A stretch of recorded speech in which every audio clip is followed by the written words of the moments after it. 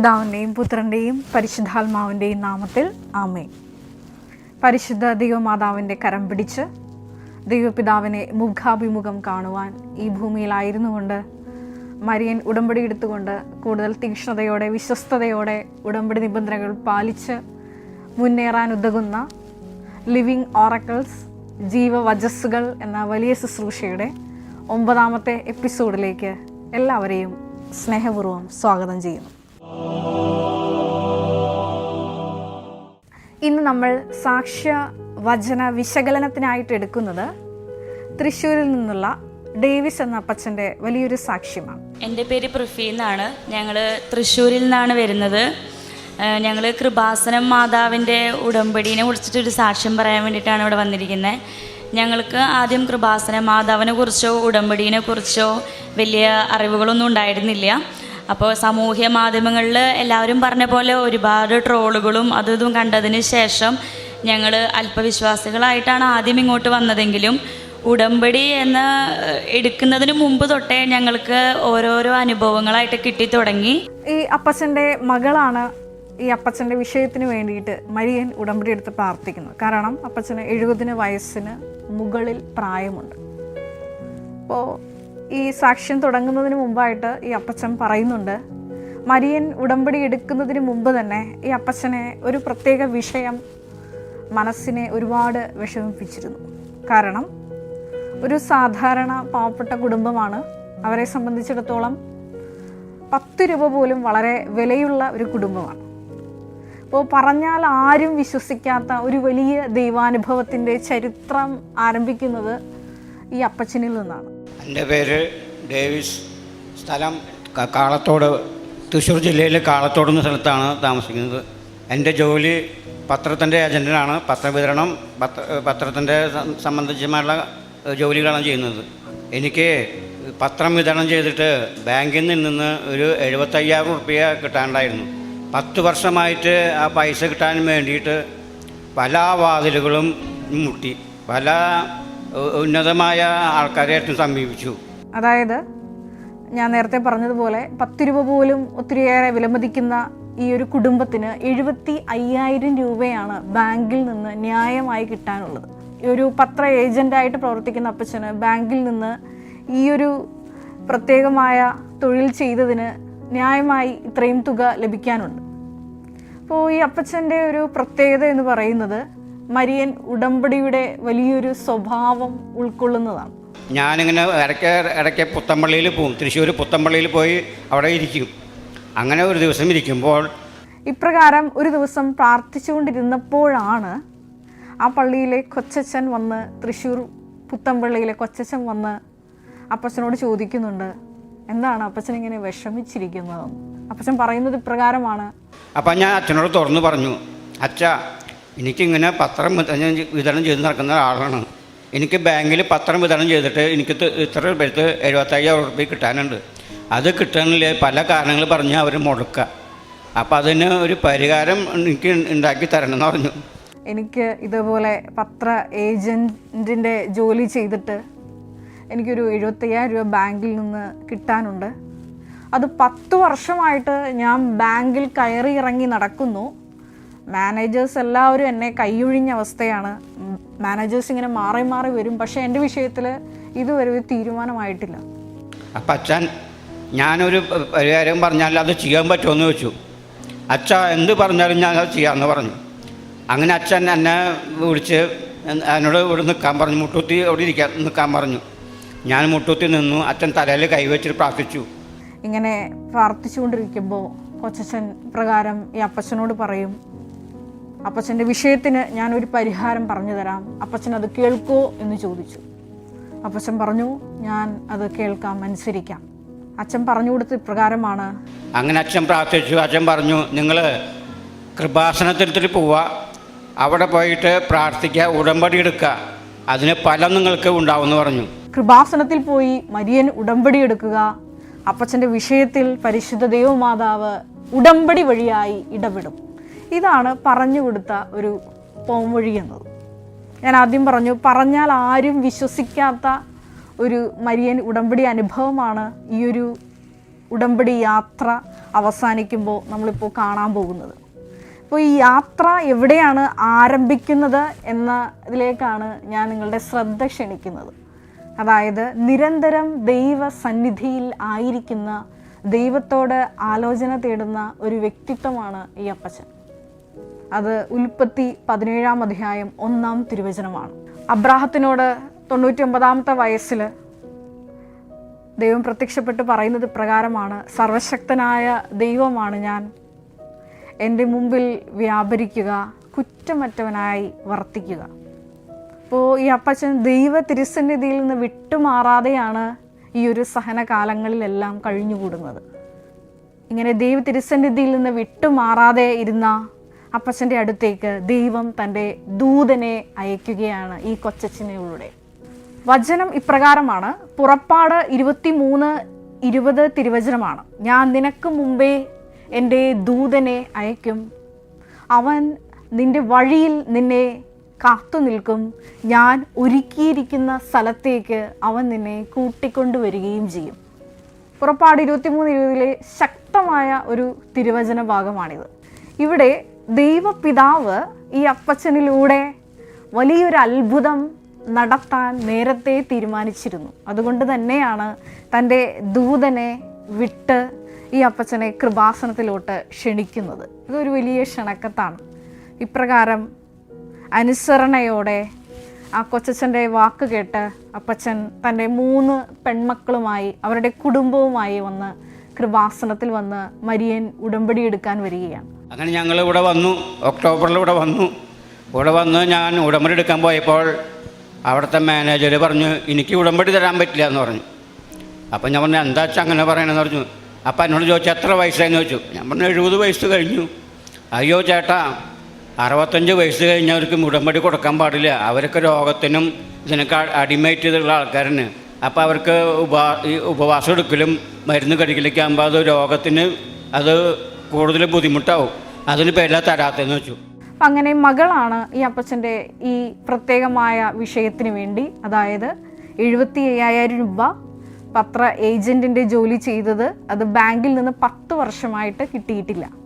അപ്പോൾ ഈ വിഷയം മരിയൻ ഉടമ്പടിയിൽ എഴുതി ഇട്ടതിന് ശേഷം ഈ അപ്പച്ചൻ ജീവിക്കുന്ന ഒരു മരിയൻ ഉടമ്പടി ജീവിതമുണ്ട്. അത് നമ്മളൊന്ന് മനനം ചെയ്യേണ്ട, വിശകലനം ചെയ്യേണ്ട ഒന്നാണ്. കാരണം അപ്പച്ചനല്ല ഉടമ്പടി എടുത്തിരിക്കുന്നത്, മകളാണ് ഉടമ്പടി എടുത്തിരിക്കുന്നത്. അപ്പം മകളാണ് മരിയൻ ഉടമ്പടി നിബന്ധനകൾ പാലിക്കാൻ കടപ്പെട്ടിരിക്കുന്നത്. പക്ഷേ ഈ അപ്പച്ചൻ മരിയൻ ഉടമ്പടിയുടെ ഭാഗമായി മാറുകയാണ്. അപ്പച്ചൻ പറയുന്നുണ്ട്, ഞാൻ പത്ര ഏജൻ്റാണ്, വെളുപ്പിനെ എനിക്ക് 4 മണിക്ക് എഴുന്നേറ്റ് ഈ ജോലിക്ക് പോകണം. അപ്പോൾ ഈ അപ്പച്ചൻ പറയുന്നുണ്ട്, ഞാൻ വെളുപ്പിനെ 4 മണിക്ക് എഴുന്നേറ്റ് കൃപാസനം തിരി കത്തിച്ചു വെച്ച് പ്രത്യക്ഷീകരണ പ്രാർത്ഥന ചൊല്ലും, പരിശുദ്ധ അമ്മയ്ക്ക് എൻ്റെ ഈ വിഷയം ഞാൻ സമർപ്പിക്കും, അതുപോലെ തന്നെ സായാഹ്ന പ്രാർത്ഥനയെല്ലാം ഞാൻ കൃത്യമായി മുടങ്ങാതെ ചൊല്ലും. അങ്ങനെ വിശുദ്ധിയുള്ളൊരു ജീവിതം ഈ അപ്പച്ചനും ഈ മകളെടുത്ത ഉടമ്പടിയിന്മേൽ തുടർന്നുകൊണ്ട് പോകുന്നുണ്ട്. അങ്ങനെ ഇരിക്കെ 45-ാം ദിവസം വലിയൊരു ദൈവിക ഇടപെടൽ ഉണ്ടാവുകയാണ്. ഞാൻ നേരത്തെ സൂചിപ്പിച്ചതുപോലെ ഹബക്കുക്ക് 1:5 തിരുവചനം അനുസരിച്ച് പറഞ്ഞാൽ കേട്ടാൽ ആരും വിശ്വസിക്കാത്ത വലിയ ഒരു ദൈവിക ഇടപെടൽ. അത് ഇപ്രകാരമായിരുന്നു. 2 മണിക്ക് ജോലിയെല്ലാം കഴിഞ്ഞ് വന്ന് ഒന്ന് കുളിച്ച് പതുക്കെ മയങ്ങുമ്പോൾ കൃത്യം 2:30 മണിയോട് കൂടിയിട്ട് കൃപാസനത്തിലെ മരിയൻ പ്രത്യക്ഷീകരണ സമയമാണിത്. അങ്ങനെ ഞാൻ 2:30-ക്ക് കിടന്നു. 2:30-ക്ക് കിടന്നിട്ട് ലേശം കഴിഞ്ഞമ്മ കണ്ണടച്ച് ഇരുന്നപ്പോൾ ഒരു അമ്മാമ്മ എന്നെ വന്ന്, മോനെ എഴുന്നേൽക്ക്, ഉറങ്ങല്ലേ എനിക്കാൻ പറഞ്ഞു. ഒരു മുണ്ടും ചട്ടയും എടുത്തിട്ടുള്ള വെളുത്തിട്ടുള്ളൊരു അമ്മ, ശുഭവസ്ത്രം ധരിച്ചിട്ടുള്ള ഒരു അമ്മ വന്നിട്ട് എന്നെ തട്ടി വിളിച്ചു, മോനെ എഴുന്നേൽക്ക്. ഞാൻ കണ്ണു തുറന്നു നോക്കി, ആരും കാണാനില്ല, ഒരാളുമില്ല. അപ്പോൾ എന്താണെന്ന് വെച്ചു. പിന്നെ നോക്കിയപ്പോൾ പറഞ്ഞു, പിന്നെ രണ്ടാമത് ഞാൻ കിടന്നു. രണ്ടാമതും ഈ അപ്പച്ചനെ വിളിക്കും മോനെ എന്ന്. അപ്പോൾ അപ്പച്ചനോട് ദൈവമാതാവ് ഒരു കാര്യം പറയും. ഇന്ന സ്ഥലത്ത് പോയിട്ട് കേരള സദസ്സിൽ ഡിസംബർ 5-ാം തീയതി കേരള സദസ്സിൽ പോയിട്ട് ഒരു പരാതി കൊടുക്കുക, അതിന് ഫലം ഉണ്ടാവും എന്ന് പറയലും ആൾ പോലും കഴിഞ്ഞു. പിന്നെ അമ്മമ്മനെ കണ്ടില്ല. ഇപ്രകാരം സന്ദേശം കൈമാറി അമ്മ പോയി. തുടർന്ന് 15-ാം ദിവസം ആ പരിശുദ്ധ അമ്മ ഒപ്പിട്ട ആ ഫയലിന്മേൽ നടപടിയുണ്ടായി. SP ഓഫീസിൽ നിന്ന് ഈ അപ്പച്ചന് ഒരു വിളിയുണ്ടാവുകയാണ്. നിങ്ങൾ ഒരു പരാതി കൊടുത്തില്ലേ, അത് ചോദിക്കാൻ വേണ്ടിയിട്ടാണ് ഞാൻ വിളിക്കുന്നത് എന്ന് പറഞ്ഞുകൊണ്ട് സ്ഥലത്തെ ഇവരുടെ ടൗണിലുള്ള SIക്ക് ഈ അപ്പച്ചൻ്റെ പരാതി കൈമാറുകയാണ്. പരിശുദ്ധ അമ്മ അഭിഭാഷകയായി നിന്നുകൊണ്ട് ഈ ടൗൺ SI ബാങ്ക് മാനേജറിനെ വിളിച്ച് ഷൗട്ട് ചെയ്യുകയാണ്. ഇതാണ് ഈ സാക്ഷ്യത്തിൻ്റെ രണ്ടാമത്തെ ഭാഗം എന്ന് പറയുന്നത്.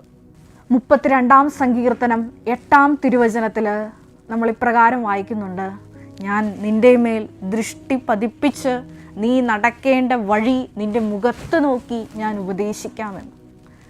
ഈ അപ്പച്ചൻ ഏത് വഴിയിലൂടെയാണ് പോകേണ്ടതെന്ന് പരിശുദ്ധ ദൈവമാതാവ് മരിയൻ ഉടമ്പടി വഴിയായി ഈ അപ്പച്ചൻ്റെ മുഖത്ത് നോക്കി പറഞ്ഞു കൊടുക്കുകയാണ്.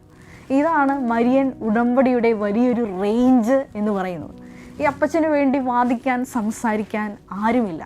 അപ്പോൾ ദൈവമാതാവ് തന്നെ അഭിഭാഷകയായി നിന്നുകൊണ്ട് ഈ അപ്പച്ചന് വേണ്ടി വാദിക്കുകയാണ്. അതാണ് ആ ടൗൺ SI ബാങ്ക് മാനേജറിനെ വിളിച്ച് ഈ അപ്പച്ചന് വേണ്ടി ഷൗട്ട് ചെയ്യുന്നത്.